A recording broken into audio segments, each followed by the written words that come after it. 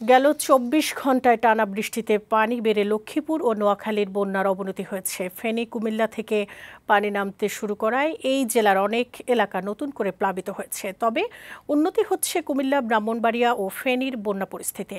পানি কমতে শুরু করায় এসব জেলায় ফুটে উঠছে ক্ষতচিহ্ন। এদিকে ভারত ফারাক্কা বাঁধের গেট খুলে দেয়। রাজশাহী ও চাঁপাইনবাবগঞ্জে পদ্মা নদীর পানি বাড়ছে। প্রতিনিধিদের পাঠানো তথ্যচিত্রে বিউটি সমাদ্দারের প্রতিবেদন। দেশের পূর্বাঞ্চলের বন্যা পরিস্থিতি প্রতিনিয়তই রূপ বদলাচ্ছে যেন। কোথাও পানি কমে বন্যা পরিস্থিতি উন্নতি কিছুটা স্বস্তি নিয়ে আসছে, আবার কোনো কোনো জেলায় নতুন করে প্লাবিত হচ্ছে। এসব এলাকায় নতুন করে ভোগান্তি বেড়েছে রোববার রাত থেকে চলা বৃষ্টিতে। মুষলধারে বৃষ্টির কারণে লক্ষ্মীপুরের বন্যা পরিস্থিতির অবনতি হয়েছে। পৌর শহরসহ জেলার ৫ উপজেলা এখনও জলমগ্ন। স্থানীয়রা বলছেন, নোয়াখালীর স্লুইস গেট ভেঙে মেঘনাসহ আশেপাশের খালবিলে পানি জমেছে। এর সাথে বৃষ্টি ও ঝোড়ো হাওয়া পরিস্থিতি আরও অবনতি ঘটিয়েছে। টানা প্রবল বৃষ্টিতে তলিয়ে গেছে পুরো নোয়াখালী। জেলা প্রশাসনের সূত্রে জানা যায়, নোয়াখালীতে ৮২৭টি আশ্রয়কেন্দ্রে প্রায় ১,৬০,০০০ মানুষ আশ্রয় নিয়েছে।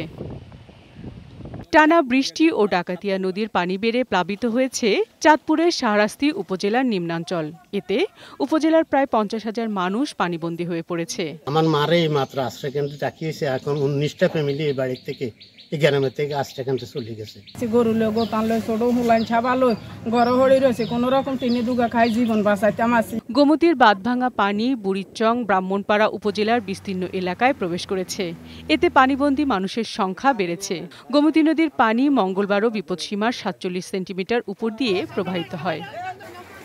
কুমিল্লা, ব্রাহ্মণবাড়িয়া ও ফেনী জেলায় উল্লেখযোগ্য বৃষ্টিপাত না হওয়ায় বন্যা পরিস্থিতি উন্নতি হয়েছে।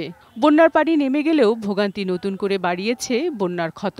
বাসাবাড়িতে কাদা জমে ভোগান্তি বাড়িয়েছে। পানিটা হঠাৎ করে উঠে গেছে, এখানে পানি ওঠার পরে মালটা সবাই চলে গেছে।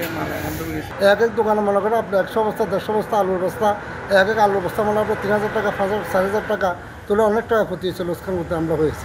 মানুষের যে মাল ছিল দোকানে সব মাল বন্যার কারণে পচে গেছে, নষ্ট হয়েছে।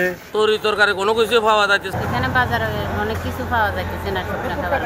ধীরে ধীরে উন্নতি হচ্ছে চট্টগ্রামের বিভিন্ন উপজেলার বন্যা পরিস্থিতি। বৃষ্টি না হওয়ায় জেলার মিরসরাই, ফটিকছড়ি, হাটহাজারী, রাউজানের অধিকাংশ এলাকা থেকে পানি কমতে শুরু করেছে। শিক্ষা প্রতিষ্ঠানে আশ্রয় নেওয়া মানুষ ঘরে ফিরছে। এদিকে আবহাওয়া অফিসের তথ্য অনুসারে উত্তর পশ্চিম বঙ্গোপসাগর ও তৎসংলগ্ন দক্ষিণাঞ্চলের সুস্পষ্ট লঘুচাপের কারণে আগামী ২৪ ঘণ্টায় দেশের দক্ষিণ ও দক্ষিণ পশ্চিমাঞ্চলে মাঝারি থেকে ভারী বৃষ্টিপাতের পূর্বাভাস আছে।